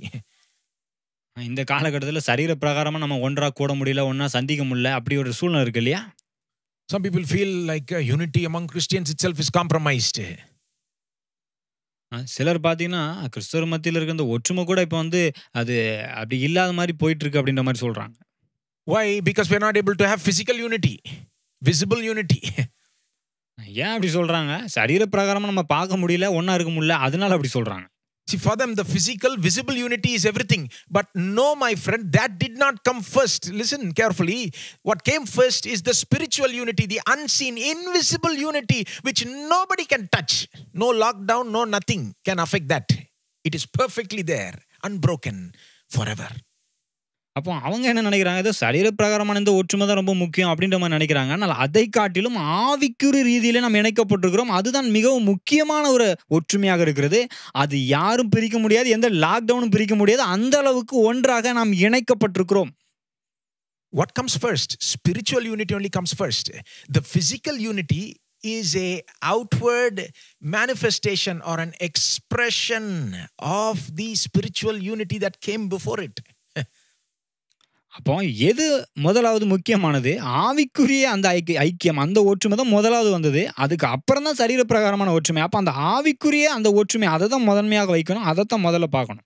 So when you participate in these online services, don't get discouraged. We're not able to meet together. Yeah, I know physical unity is very special. I know that. I'm not trying to put that down. What I'm saying is appreciate the spiritual unity that we have. Even though we're all in different places in our homes or wherever, we are one in Christ. Not just you and me. The whole body of believers in all times and places are one in Christ. அதாவது இந்த காலகட்டத்தில் நம்ம வந்து ஆன்லைனில் தான் ஆராதனை அங்கே நடத்துகிறோம், அட்டன் பண்ணுறோம் எல்லாரும். அப்போ சரீர பிரகாரமாக நம்ம அட்டன் பண்ண முடியல. ஆனால் சரீர பிரகாரமாக அட்டன் பண்ணுறதுல எல்லாரும் ஒன்று கூடுதல ரொம்ப ஒரு நல்ல காரியம் இருக்குது. அது நல்ல ஒரு வல்லமையானது. அதெல்லாம் நான் நம்புகிறேன். அதெல்லாம் வந்து அதை கீழ்ப்படுத்துகிறேன் அப்படின்னு நினச்சிடாதீங்க. ஆனால் அதை காட்டிலும் நம்ம எங்கே இருந்தாலும் நம்ம எல்லாரும் ஆவிக்குரிய ரீதியிலே ஒன்றாக இணைக்கப்பட்டிருக்கிறோம். எல்லா இடங்களிலும் எல்லா காலங்களிலும் வாழ்கிற எல்லா விசுவாசிகளும் ஆவிக்குரிய ரீதியாக ஒரே சரீரமாக அங்கே இணைக்கப்பட்டிருக்கிறோம். அது ரொம்ப முக்கியம். This is a work of God, and all of hell and all of Christianity with their faults and sins cannot undo what God has done in Christ and finished. அப்போ இது தேவனால் நிறைவேற்றப்பட்ட ஒரு செயலாக இருக்கிறது. இத நரகமோ அல்லது கிறிஸ்தவர்கள் மத்தியில் இருக்கிற ஏதாவது தவறான காரியங்களோ, பாவங்களோ, அவர்கள் ஏற்படுத்துகிற சில சண்டை சச்சரவுகளோ எதுவுமே இதை பிரிக்க முடியாது. இது தேவனுடைய செயல். If you can break this unity, that means you can break Christ himself, because we are his body. இந்த ஒற்றுமை நீங்க பிரிச்சுறீங்க அப்படின்னு சொன்னீங்கன்னா, அப்ப அங்க கிறிஸ்துவையே உடைச்சிடுறீங்க. கிறிஸ்துவின் சரீரத்தை அங்க உடைச்சிற மாதிரி ஆயிடுது. ஏனென்றால் நாம் கிறிஸ்துவின் சரீரத்திலே அங்க அவயங்களாக இருக்கிறோம். But that's not possible. You can't break Christ. அப்ப அது சாத்தியமே இல்ல பாருங்க. ஏனென்றால் கிறிஸ்துவை ஒருவனும் அங்கே உடைக்க முடியாது. What's the grand result of everything we've been saying today, my friend? அப்போ இன்னைக்கு சொன்ன எல்லா காரியத்தினுடைய முடிவான விளைவு என்ன? All true believers are already one in Christ in a way that they can't even imagine, more gloriously than they can imagine. அப்போ எல்லா விசுவாசிகளும் ஏற்கனவே நாம கற்பனை செய்து பார்க்க முடியாத அளவுக்கு மகிமையான விதத்திலே ஒன்றாக இணைக்கப்பட்டிருக்கிறார்கள். Spiritually, invisibly. ஆவிக்குரிய ரீதியாக காண முடியாத ரீதியில அப்படி இணைக்கப்பட்டிருக்கிறோம். The more we see this, the more we appreciate this, the more we believe this, the more we take this seriously, the more practical disunity can be solved in the church today, my friend. அப்போ இதை நாம முக்கியமாக கருதும்போது, இதை நாம பாராட்டும் போது, இதை நாம முக்கியமாக எடுத்து இதை நாம ரொம்ப அவசியமா பார்க்கும்போது, இன்றைக்கு சபையிலே காணப்படுகிற இந்த ஒற்றுமை இல்லாத காரியங்கள் எல்லாம் மாற்றப்படும். You know, for example, there is practically sometimes groupism, even casteism in the church in some times and places. சில நேரத்தில் எப்படி அந்த சபையில் பார்த்தீங்கன்னா ஜாதியின் அடிப்படையில் பிரிந்திருப்பது, நான் இவனை சேர்ந்தவன் அவனை சேர்ந்தவன் என்று ஒரு கூட்டமாக பிரிந்திருப்பது, இதெல்லாம் இருக்குது. The solution to this is not say, you know, this is wrong, you need to stop this. No. That's a very superficial human way of approaching the problem. The New Testament says the solution is start seeing yourself as one with that other group. You and them are one in Christ. You are one. If that gets into your head and mind and spirit, it'll become very difficult to treat them not as one. அப்போ இதை சரி பண்ணுறதுக்கு, தீர்வை ஏற்படுத்துறதுக்கு டேரெக்டாக போயிட்டு அவங்ககிட்ட இது தவறாக்கும் அப்படின்னு சொல்லி அப்படி போயிட முடியாது பாருங்கள். அப்படி அணுகக்கூடாது. இதை எப்படி அணுகணும்? நாம் எல்லாருமே கிறிஸ்துவுக்குள்ளாக அவரோட அங்கே ஒன்றா இருக்கிறோம் அப்படின்ற விதத்தில் பார்த்து, அப்படின்ற விதத்தில் அணுகும்போது நாம் எல்லாரும் ஒன்றா இருக்கிறோம் அப்படின்ற விதத்தில் அதை புரிந்து கொள்ள முடியும், அதை மாற்ற முடியும். May God give us eyes to see the unity that is already there among us. Just as He can see it, if we can see it, it will change us forever. அப்போ ஏற்கனவே நமக்குள்ளாக இருக்கிற அந்த ஒற்றுமையை பார்க்கும்படியாக தேவன் நமக்கு அப்படிப்பட்ட பார்க்கக்கூடிய ஒரு பார்வையை, கண்களை நமக்கு தர வேண்டும். தேவன் அந்த இணைப்பை அவர் ஏற்படுத்தியிருக்கிறார். அவர் அப்படித்தான் நம்மளை பார்க்கிறார். நாமும் அப்படித்தான் பார்க்க வேண்டும். Let's pray. ஜெபிப்போம். Heavenly Father, we come to you in Jesus' name. பரலோக பிதாவே, இயேசுவின் நாமத்தினாலே மண்டையில் வருகிறோம். Father, we thank you for this glorious unity that you have already finished and accomplished. You have made us one in Christ. ஏற்கனவே நீர் எங்களை மகிமையான விதத்திலே கிறிஸ்துவோடு கூட ஒன்றாக இணைத்திருக்கிறீரே கர்த்தாவே, அதற்காக நன்றி செலுத்துகிறோம். Give us eyes to see it, O God. இதை காண எங்களுக்கு காணக்கூடிய கண்களை தருவீராக. Help us to be amazed by it. இதை குறித்து நாங்கள் ஆச்சரியப்பட உதவி செய்வீராக. And help us to change our behavior in line with it. அதோடு கூட எங்களுடைய நடத்தையும் நாங்கள் மாற்றிக்கொள்ள நீர் உதவி செய்யும்படியாக ஜெபிக்கிறோம். Just as Jesus prayed, we pray, O God, that we may be one more and more, even in practical ways. இயேசு ஜெபித்தது போலவே நாங்களும் ஜெபிக்கிறோம் கர்த்தாவே. நாங்கள் ஒன்றாய் இருக்கிறது போல இன்னும் அதிகமாய் நடைமுறையிலும் நாங்கள் ஒன்றாய் இருக்க உதவி செய்வீராக. Lead us, O Lord, and change us and transform us so that this hidden, invisible spiritual unity manifests itself outside in a visible way so that the world can see and so that your name will be glorified. ஆண்டவரே, ஆவிக்குரிய ரீதியில் இருக்கிற அந்த ஒற்றுமையானது ஆண்டவரே வெளிப்படும்படியாய், அது நடைமுறையிலே வெளிப்படும்படியாய், அதன் மூலமாய் மற்றவர்கள் உம்மை கண்டு விசுவாசிக்கத்தக்கதாய், நடைமுறையிலே மகிமையான விதத்திலே மாறும்படியாய் எங்களை மறுரூபப்படுத்துவீராக. அதன் மூலமாய் உம்முடைய நாமம் மகிமைப்படுவதாக கர்த்தாவே. Continue to bless your people. தொடர்ந்து உம்முடைய மக்களை ஆசீர்வதிப்பீராக. Oh, bring deliverance and healing to those who are going through great trials and challenges. பெரிய சவால்கள் மற்றும் பிரச்சனைகளினூடாக சென்று கொண்டிருக்கிறவர்களுக்கு விடுதலையும் சுகத்தையும் கொடுப்பீராக கர்த்தாவே. May they experience your power and your peace and your presence in a very special way during these times. இந்த காலகட்டங்களில் உம்முடைய சமாதானத்தையும் சந்தோஷத்தையும் ஆண்டவரே பிரசன்னத்தையும் விசேஷித்த விதத்தில் அவர்கள் அனுபவிக்க உதவி செய்வீராக. Thank you, we praise you and we give you all the glory. உமக்கு எல்லா துதிகன மகிமையும் செலுத்துகிறோம். In Jesus' name we pray. இயேசுவின் நாமத்தில் ஜெபிக்கிறோம். Amen. Amen. God bless you. கர்த்தர் உங்களை ஆசீர்வதிப்பாராக.